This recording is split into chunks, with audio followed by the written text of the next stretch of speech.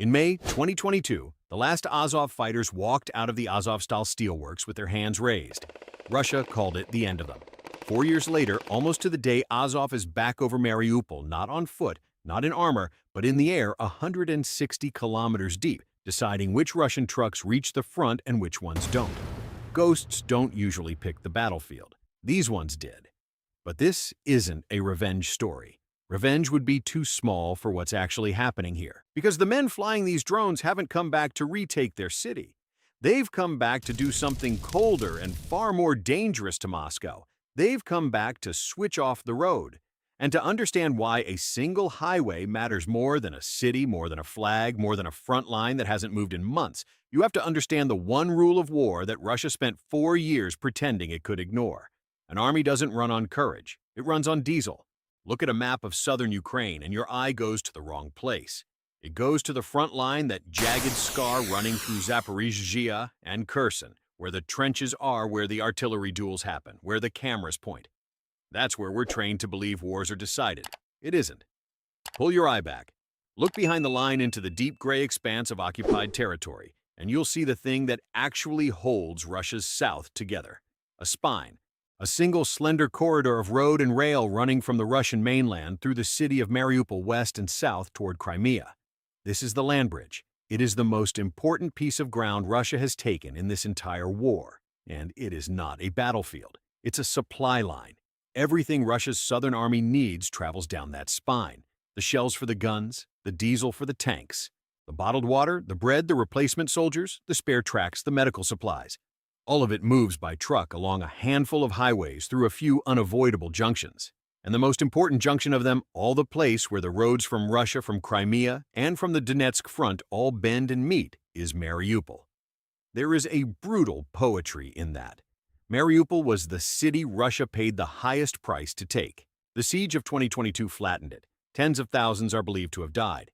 Satellite imagery later revealed mass graves outside the city limits. Moscow wanted it as a symbol proof that the resistance could be crushed, that the Azov name could be buried in the rubble of the steelworks. And once it had the city, Russia spent 4 years trying to make it Russian new apartment blocks raised over the ruins, settlers encouraged to move, and the whole demographic character of the place worked over like wet clay. The symbol became a function. The graveyard became a logistics hub. And consider the timing, because it is not an accident. 4 years to the month after the surrender at Azovstal, the unit chose this anniversary to announce its return, not with a speech but with footage of Russian trucks burning on roads Russia thought it owned. There is a message in that choice aimed squarely at the Kremlin's own narrative. For 4 years, Moscow told its public that Azov was finished, that Mariupol was pacified, that the south was settled. A single video of a reconnaissance strike drone loitering unbothered over the occupied city undoes a great deal of that story in 15 seconds. The strikes do military damage. The footage does political damage. And in a war this long, the second kind compounds, quietly eroding the one thing an occupying power needs most, the appearance that the occupation is permanent. For 4 years, that was Moscow's quiet triumph. Not the rubble of the city itself, but its usefulness. Russia had turned a place it destroyed into the beating heart of its supply chain. Trucks rolled through day and night. The rear was calm. The rear was boring. The rear was safe. And in war, safe is the most expensive word there is, because the moment one side believes its rear is safe, it stops defending it. It parks fuel in the open. It runs convoys on schedule down the same roads at the same hours. It builds new depots without camouflage, because who exactly is going to reach them 100 kilometers from the nearest Ukrainian soldier? That question had an answer. Russia just didn't hear it coming. On May 8, 2026, the 1st Azov Corps of Ukraine's National Guard released footage and a statement, and the statement was almost gentle. According to Azov's own announcement, the unit declared it was patrolling its home city of Mariupol from the skies for now. 5 words doing a lot of work. For now. The footage showed exactly what they meant. Reconnaissance and strike drones flying over occupied Mariupol, over the roads, the industrial sites, the military facilities Russia had built inside the city it captured in 2022. According to the Kyiv Independent's reporting on that statement, the drones were operating up to 160 kilometers, roughly 100 miles behind the line of contact. Let that distance sit for a second. 160 kilometers is not a frontline strike. It's not a trench raid. That is the depth of an entire operational rear. It's the difference between hitting the soldier and hitting the kitchen that feeds him. Then it escalated. According to footage released on May 25th and reported by United 24 Media and Ukrainska Pravda, Azov said its long-range drones now had key Russian supply routes under fire control, specifically the roads linking Mariupol with Taganrog just over the Russian border and with Volnovakha to the north. The videos showed drones monitoring traffic, picking out military vehicles from civilian ones, and striking trucks' fuel tankers, and vehicles reportedly carrying ammunition and personnel. And Azov gave the strategy a name. They called it a sanitary zone. According to the Corps' own words as reported by Ukrainska Pravda, the goal was to push that sanitary zone for Russian logistics closer to Russia itself and occupied Crimea. Their phrase there would be no safe Azov Sea region for the occupiers anymore. The Corps was explicit that this was not a one-off, that the depth of the strikes would keep increasing. This was a campaign with a stated direction of travel, and the direction was deeper. It's worth noting Azov isn't acting alone here, and the script shouldn't pretend it is. According to the reporting, the 1st Azov Corps is one of several Ukrainian formations now droning the same southern road network, the M14 and the H-20 among them. The emergence of a coordinated mid-range counter-logistics campaign is what took outside observers by surprise. Azov is the loudest voice and the most symbolic one returning to its own city. But the pattern is bigger than one unit, and that matters for everything that follows. This wasn't a raid. It was a declaration of a new kind of front one, drawn not on the ground but in the air above the roads. And here's the part Moscow couldn't spin. According to reporting from Euromaidan Press in late May, Russian authorities closed the M14 highway, the main route running from Rostov-on-Don toward occupied Crimea to civilian traffic. Russia shut its own road. Not Ukraine. Russia. Because a road you can't protect isn't an asset anymore. It's a trap you've laid for your own people. When a defender starts closing his own highways, he isn't managing a threat. He's conceding it. So why does this work? Why can a few dozen drone operators sitting in a position 100 kilometers away do something a brigade of infantry could not? The answer is the most important idea in this entire war. And almost nobody says it out loud. Let's say it. Modern logistics is a ratio problem. For every soldier you put on the front line, you need a long tail of tonnage behind him, fuel, ammunition, food, water parts. A single artillery battery can burn through tons of shells in a day. A tank does not sip diesel. It drinks it. A main battle tank can consume hundreds of liters to move 100 kilometers, and it does not move alone. And none of that tonnage teleports. It rides on a truck, and that truck rides on a road. Now here's the thing about a road. It is not a wide thing. It is a line. A convoy can only move where the road goes at the speed the road allows through the junctions the road forces it through. You don't have to find the enemy's logistics across 1,000 square kilometers. You have to watch a line. And a line is something a drone can watch all day. That is the quiet inversion at the heart of this whole story. Defending territory is expensive and spread thin, but attacking a road is cheap and concentrated. The geometry favors the hunter. This is where the technology changes the math. According to the analysis from Euromaidan Press, Ukraine's strike layers now stack by range. Short-range FPV drones reach about 20 kilometers from the front. Long-range deep-strike drones, the FP1 and FP2 types, reach out to 200. And in the middle, the gap that used to be safe, sit AI-assisted drones, the Hornet class among them, reaching roughly 150 kilometers. That middle ring is the new killing ground, and until recently, it didn't exist. Think about what that gap used to mean. It was the breathing room, the place a convoy could relax, refuel, regroup, because it was too far for the cheap front-line drones and not worth a scarce, expensive long-range missile. That breathing room is gone. The lungs of the supply chain now sit inside a kill box. Understand what AI-assisted actually buys you here, because it isn't science fiction. The single greatest defense Russia had against drones was electronic warfare jamming. You blast the radio frequencies, you sever the link between the drone and its pilot, and the drone goes blind and falls out of the sky. Cheap, reliable, scalable.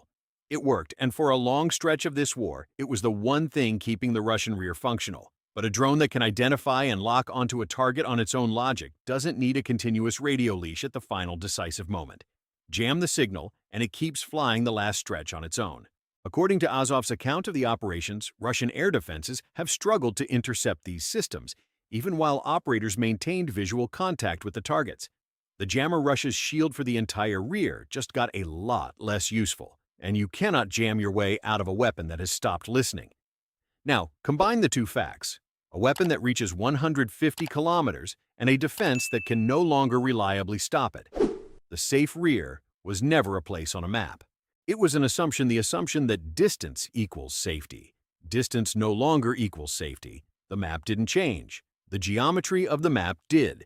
Every depot, every fuel farm, every marshalling yard that was built on the old assumption is now sitting in the wrong place, and you cannot pour concrete fast enough to move 100 kilometers of supply chain backward.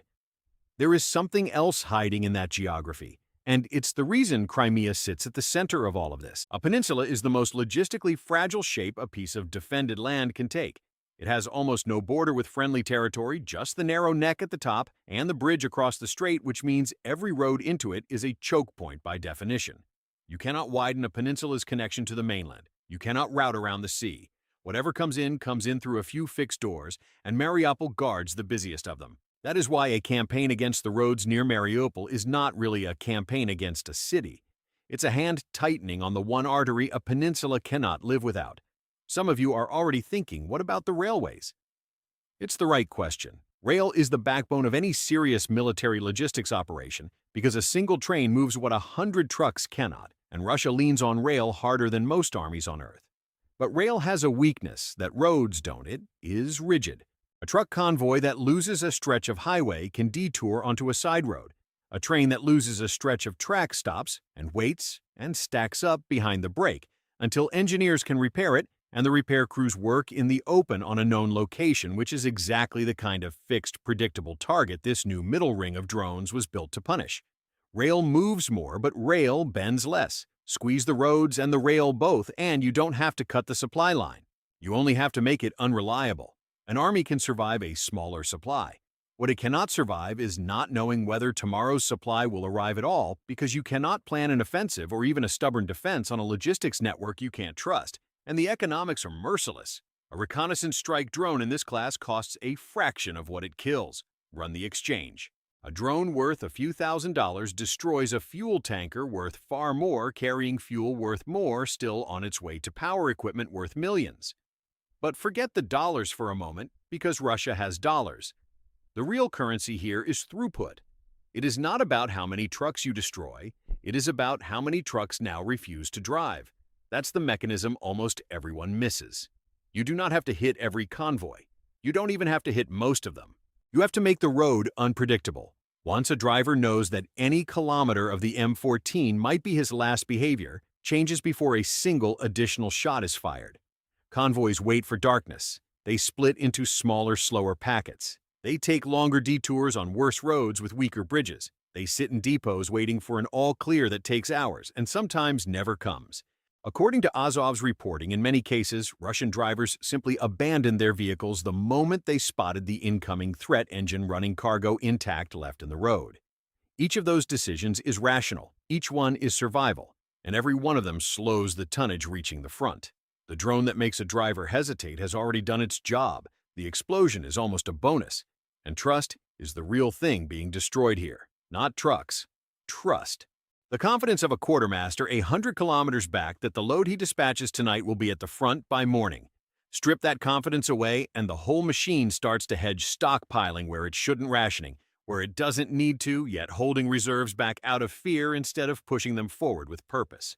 A frightened logistics system is an inefficient one, and inefficiency multiplied across an entire theater across months is how big armies grind to a crawl, without ever losing the dramatic battle that makes the news. This is why closing the M14 to civilians was such a revealing move. Russia did it to clear the road so that anything moving on it could be assumed military, so its own air defense could fire on anything that drives. But read what that admission costs. It means Russia can no longer hide its military traffic inside the civilian flow. For 4 years, the safest camouflage a fuel truck had was the ordinary car next to it. You cannot strike freely into a stream of civilians. Strip the civilians out, and every vehicle left is a target that announces itself. To protect the road, Russia had to strip it naked. That is not a solution. It is a confession. And so the front line, the one with the trenches, the one the cameras love quietly, becomes the least important line on the map. The decisive line is now 100 kilometers back, invisible, drawn in fuel that never arrives, and shells that show up a day late. You can hold every trench on Earth. If the diesel stops, the trench is just a place where men wait to lose. We don't sell you the explosion, we sell you the empty fuel gauge behind it. So where does this go? Let me lay out the scenarios honestly and then tell you where I'm putting my chips. Scenario 1, this is a propaganda moment that fades. Azov flies, some dramatic footage, scores, some symbolic hits on its old home city. The videos go viral, and within a few months, Russia adapts, disperses its depots, hardens its convoys, brings up enough new jammers and air defense to push the drones back out. The rear gets uncomfortable but survives. The land bridge keeps breathing. Scenario 2. This is a slow strangulation. Not a collapse, not a dramatic breakthrough, but a permanent tax on every ton Russia moves through the south. The sanitary zone widens exactly as Azov promised it would. The strike depth creeps outward, and Crimea and the southern front are kept on a tightening logistics leash, supplied, but never comfortably always one bad week from a shortage. Scenario 3, this is the leading edge of something decisive. The counter-logistics campaign metastasizes across the whole southern theater, multiple Ukrainian units droning multiple corridors at once, which, as the reporting already shows, has begun until the cost of moving anything through the land bridge becomes prohibitive. And a Russian position that cannot be reliably supplied is a position that eventually has to be given up without a single trench being stormed. Here is where I put my chips. The mechanism points hardest at Scenario 2 with the door to Scenario 3 left open. And the reason is structural, not emotional. Russia cannot relocate geography. The land bridge runs where it runs. The junctions at Mariupol are forced by the coastline and the terrain. Crimea will always need to be fed across that same narrow spine because a peninsula cannot grow its own shells. Russia can disperse and harden and adapt, but every one of those adaptations costs throughput. Slower convoys, smaller loads, longer routes, night-only movement. The tonnage reaching the front goes down even when not a single extra truck is destroyed. That is a tax that compounds, and it gets paid every single day in a war that is already a contest of who runs out of patience and material first. But I owe you the exit condition, the thing that would prove me wrong. Watch the jamming war. This entire advantage rests on AI-assisted drones beating Russian electronic warfare. If Russia fields a new generation of counter-drone defenses, smarter jamming that can spoof the drone's own targeting, layered short-range interceptors strung along the highways, cheap hard-kill systems that make the middle ring lethal for the drones instead of the trucks, then the 150-kilometer killing zone shrinks back toward the front, the safe rear is rebuilt, and Scenario 1 wins after all. The contest isn't really Azov versus Mariupol. It's the cost of a strike drone against the cost of stopping one. The day that ratio flips back in Russia's favor is the day this story ends. So far, the trend has run the other way, but trends in this war have reversed before, and anyone who tells you the drone always wins is selling you a narrative, not an analysis. I don't think it flips soon, but I've told you exactly where to look so you can hold me to it. The Azov fighters who walked out of Azovstal in 2022 were told their war was over. The men who replaced them are now writing the next chapter of it from the sky over the same streets with a weapon that didn't exist when their predecessors surrendered. They aren't trying to plant a flag in Mariupol. They're trying to make sure nothing Russia needs can pass through it. And if I'm right, if this really is a strangulation and not a stunt, then you won't see it announced with a grand offensive or a line moving dramatically on the map. You'll see it in the small things. A southern Russian position that goes quiet because the shells stopped arriving. A stretch of highway that closes and never reopens. A fuel shortage in Crimea that Moscow can't quite explain away. Those are the tells. Keep your eyes on the roads, not the trenches. Because the next time this war shifts in the south, the roads will tell you first weeks before the headlines catch up. If this breakdown helped you see the war differently, share it with someone who still thinks the front line is where it's decided, and subscribe so you're already watching when the next shift comes.